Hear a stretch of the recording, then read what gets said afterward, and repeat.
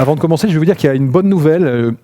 J'ai été banquier pendant 12 ans de ma vie et je me souviens qu'on parlait tout à l'heure de la priorité donnée au profit, qui était un vrai problème de société aujourd'hui. Quand j'ai quitté la banque fin 2005, quand on travaillait avec des fonds d'investissement, les fonds vous disaient, quand j'investis moi dans une entreprise, il faut que j'ai un retour d'investissement à peu près sur 4 ans, c'est-à-dire qu'il faut que mon investissement me rapporte 25% par an. On a tous hurlé de plus en plus en disant mais c'est quoi cette priorité donnée à la plus-value, au retour sur investissement? Ça pose des vrais problèmes d'équilibre dans nos sociétés. Et 7 ans plus tard, on est en 2012, mon entreprise sociale, je cherche des fonds régulièrement. Et je viens de rencontrer en un mois 2 fonds d'investissement tout à fait classiques. Et j'ai une très bonne nouvelle, c'est que le paradigme est en train de bouger, la société est en train de bouger, puisque ces 2 fonds m'ont expliqué qu'en fait, eux souhaitaient avoir un retour d'investissement sur 3 ans, c'est-à-dire 33% par an. Alors je dis, mais attendez, déjà on nous expliquait que 25 c'était fou, vous êtes à 33, qu'est-ce qui se passe? Ah mais vous comprenez monsieur, l'économie est risquée en ce moment. Donc il faut qu'on récupère plus vite nos billes parce que c'est plus dangereux pour nous aujourd'hui qu'il y a quelques années. Il y a encore du travail, vraiment il y a encore du travail. Mais on y bosse, on bosse là-dessus. Alors j'avais envie de vous poser cette question, d'abord est-ce que vous avez envie de m'écouter? Mais la réponse elle est là, vous avez payé, donc je pense que oui, j'espère en tout cas, parce que j'ai 2 mauvaises nouvelles. La première, c'est, voilà, vous l'avez compris, je suis un ex-banquier.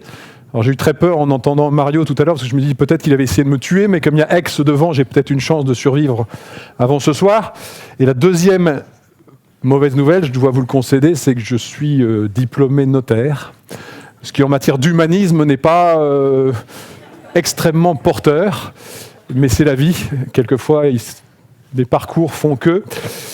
Enfin voilà, c'est ma vie. J'ai eu la chance de naître dans l'univers de chez Danny Boone, dans le nord de la France. Et puis, j'ai eu 2 chances dans ma vie. La première, c'est de n'avoir pas été doté par la nature d'une très grande qualité de concentration et d'effort. Ce qui veut dire, en termes éducation nationale, mauvais élève et son synonyme, cancre. Ça, c'est ma première chance, parce que quand j'ai eu mon bac, aucune école de commerce ne voulait de moi, évidemment. Et je me suis retrouvé en fac de droit, faute de pouvoir faire autre chose, ce qui m'a amené à devenir quelque part notaire et qui m'a, au final, amené à vous retrouver ici. Et ma deuxième chance, ça a été une rencontre incroyable de ma vie. En 2005, je suis parti au Tadjikistan avec une ONG française qui s'appelle Acted. Et j'ai découvert le microcrédit en 2005, alors que j'étais banquier depuis 12 ans. Je m'occupais de banques de gestion de fortune, donc de gens très, très, très riches. Et un jour, j'ai rencontré Madame Karimov à Dushanbe, au Tadjikistan. Et j'ai été reçu par une femme qui m'a remercié pendant un quart d'heure du microcrédit qu'on lui avait accordé. Et je me suis dit, mais qu'est-ce que c'est que cette histoire d'une femme qui me remercie avec un sourire jusqu'aux oreilles de ce crédit qu'on lui accorde? Et en y réfléchissant, je me dis, mais oui, en fait, cette femme était très fière de montrer que d'abord, elle pouvait s'en sortir par elle-même. Et surtout, elle voulait me montrer la valeur de ce microcrédit, de cet argent, cette toute petite somme d'argent qu'on lui prêtait, la valeur de cet argent. Et c'est la première fois, alors que je bossais depuis 12 ans dans la banque, que je me suis dit, mais oui, l'argent peut faire le bonheur.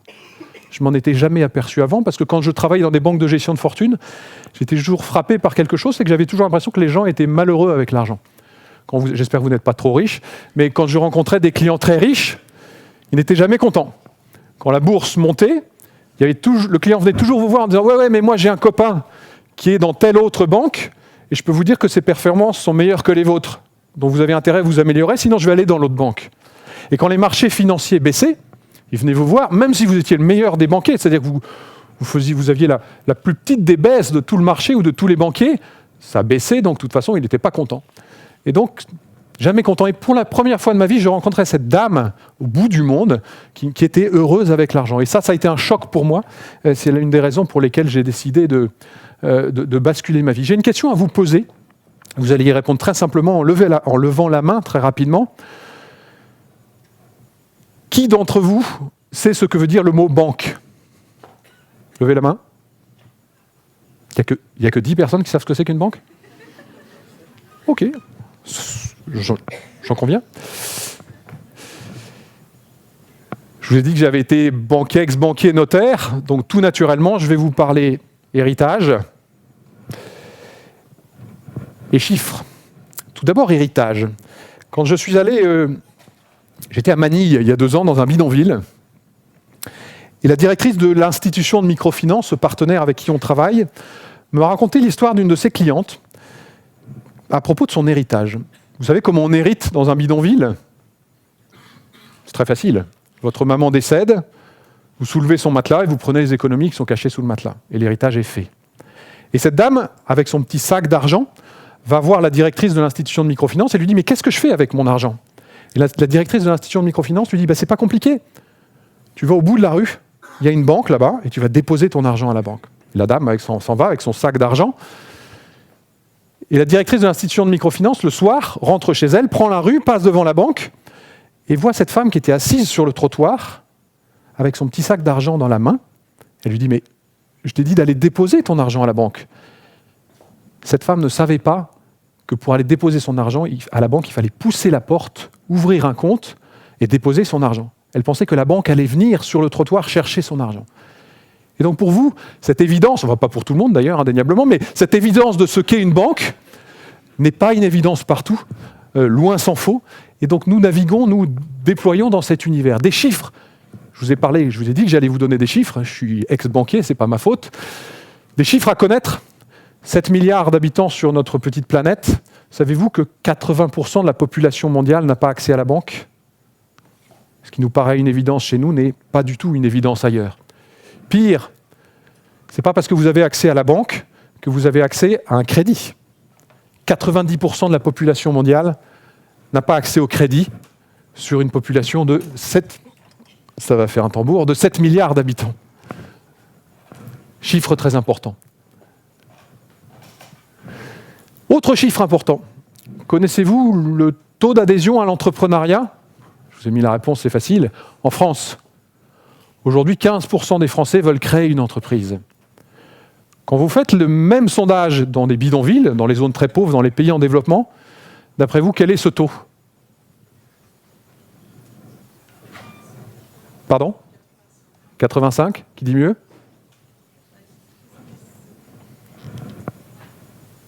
50%. Dans les pays pauvres, 50% de la population en moyenne souhaite créer une entreprise. Mais vous le savez, vous connaissez la raison de ce chiffre.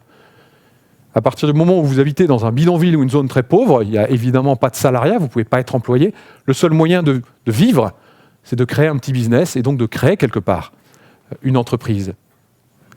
Ce sont des chiffres qu'il faut connaître également. Eh bien, ce chiffre explique, donc 50% d'adhésion à l'entrepreneuriat dans les pays pauvres, ce chiffre explique le succès du microcrédit. Le microcrédit, vous en avez tous entendu parler, on l'attribue souvent au professeur Younous, qui a eu l'immense capacité à le diffuser, à les semer partout dans le monde, mais il existait déjà avant. En tout cas, ces petits crédits qu'on accorde à des gens très pauvres, qui vont leur permettre de financer une activité d'autosubsistance. Je prête l'équivalent de $100 à une couturière qui va acheter sa machine à coudre et qui va fabriquer des vêtements, les revendre sur les marchés, ou à des gens qui vont créer leur petite épicerie, leur petite activité d'autosubsistance, donc ce fameux microcrédit dont on parle souvent.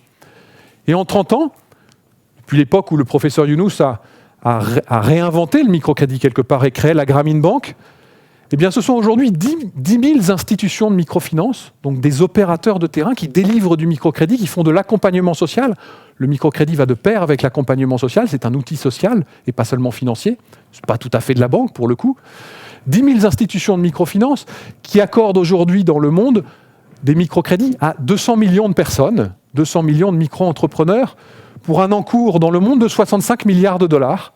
Aujourd'hui, 65 milliards de dollars sont accordés sous forme de microcrédit à des gens pauvres, à des exclus de la banque et de la finance dans le monde. Alors, est-ce que c'est beaucoup ou pas beaucoup ?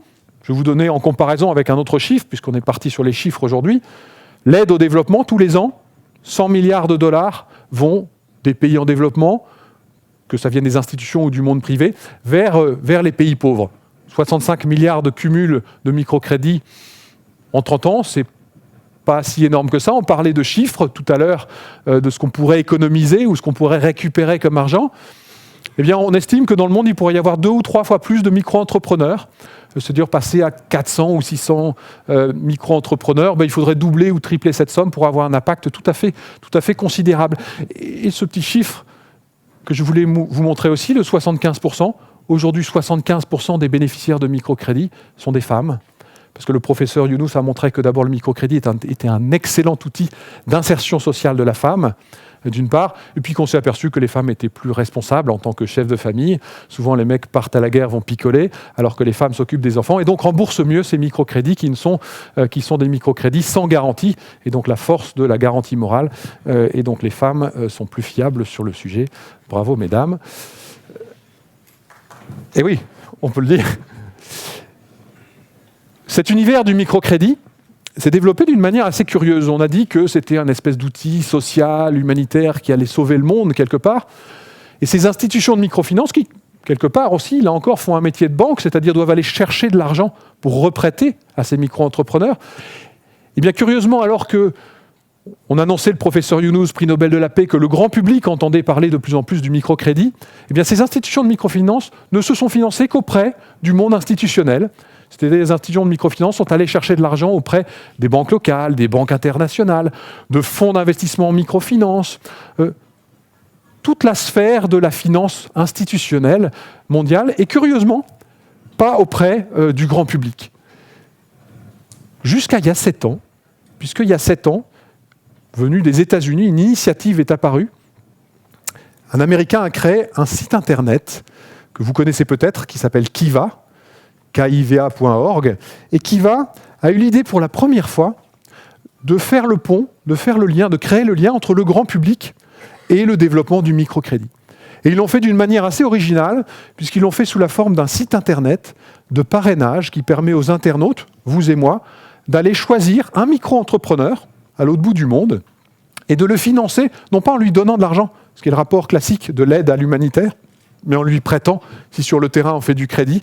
Pourquoi un internaute ne pourrait pas prêter au micro-entrepreneur à l'autre bout du monde la somme dont il a besoin? Et donc il y a 7 ans aux États-Unis, par l'initiative de Kiva, d'ailleurs qui est fellow Ashoka, qui est l'un des célèbres fellow Ashoka, Kiva a créé ce qu'on appelle aujourd'hui le peer-to-peer de microcrédit, qui s'est avéré un gigantesque succès, puisque ce site aujourd'hui représente 1 300 000 membres, a financé 800 000 micro-entrepreneurs de par le monde. C'est vraiment un succès tout à fait colossal. Et dans ce sillage, ces plateformes se sont développées, là encore, pour associer plus encore le grand public au développement du microcrédit. Et aujourd'hui, dans le monde, il y a 30 plateformes de peer-to-peer de microcrédit. Babylone en est une. 30 plateformes de microcrédit qui fédèrent 800 000 internautes prêteurs, 800 000 internautes prêteurs qui, en moyenne, prêtent dans ces systèmes 200 € et qui fait que, aujourd'hui, 160 millions de dollars, c'est des dollars, 160 millions de dollars ont été financés, contribuent au développement du microcrédit dans le monde grâce à ces plateformes de peer-to-peer de microcrédit. Alors, très simplement, je vous parlais de 65 milliards de dollars l'encours mondial du microcrédit. 160 millions de dollars rapportés à 65 milliards, c'est évidemment pas grand-chose. Aujourd'hui, le peer-to-peer de microcrédit représente 0,25% de l'encours mondial du microcrédit. Mais je vais vous raconter une deuxième anecdote. Je rencontrais récemment Matthew Flannery, le fondateur de Kiva. Nous discutions ensemble et je lui disais « Waouh, c'est incroyable. Nous, Babylone, on est tout petits à côté de vous. Ils sont juste 70 fois plus gros que nous. » Je lui dis, mais c'est incroyable. Et Mathieu me dit, non, on est tout petit. Je dis, comment ça, vous êtes tout petit? Non, vous êtes 70 fois plus gros que nous. Vous êtes énorme, c'est magnifique ce que vous avez fait. Il me dit, non, parce que nous, ce qu'on vise, c'est Facebook. Et là, je me suis dit, waouh, ce mec sur Kiva a 1 300 000 membres et il en vise, peut-être pas 900 millions ou 1 milliard, mais au moins dans sa tête, entre 50 et 100 millions de membres.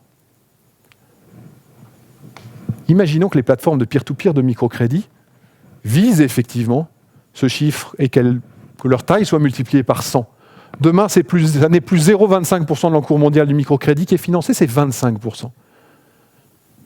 Et ce jour-là, la finance humaine dont on parle aujourd'hui, cette espèce de finance alternative qui, par ces plateformes, mais même plein d'autres outils dans l'univers de la finance solidaire, par exemple, eh bien, c'est une brique très fort dans le nouveau monde que l'on veut construire, de se dire qu'on peut connecter les gens en bypassant, cette fois-ci en assassinant les banques, en tout cas il ne faut pas les assassiner, mais en tout cas en les bypassant pour aller financer tous ces micro-entrepreneurs qui peuvent se sortir de la pauvreté grâce à ce microcrédit. Et quelque part, le jour où ces plateformes seront devenues très puissantes, on s'est aperçu qu'il y avait une sorte de loi de Moore des plateformes de peer-to-peer de microcrédit, puisque grosso modo, elles doublent de taille tous les 15 à 18 mois actuellement.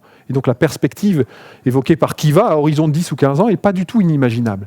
Et bien ce jour-là, je pense qu'on aura tous ensemble créé une sorte de BCU, que j'appelle la Banque citoyenne universelle, c'est-à-dire la capacité que vous avez tous, que nous avons tous, en bypassant les banques, là encore, de financer les gens qui se sortent de la pauvreté dans le monde.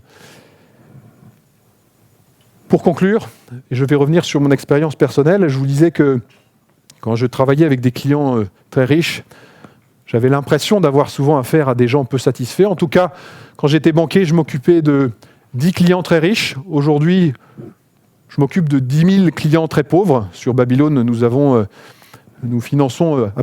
financé 10 000 micro-entrepreneurs. Je peux vous dire qu'au fond de moi, je suis certainement 1000 fois plus heureux qu'avant. Merci à vous.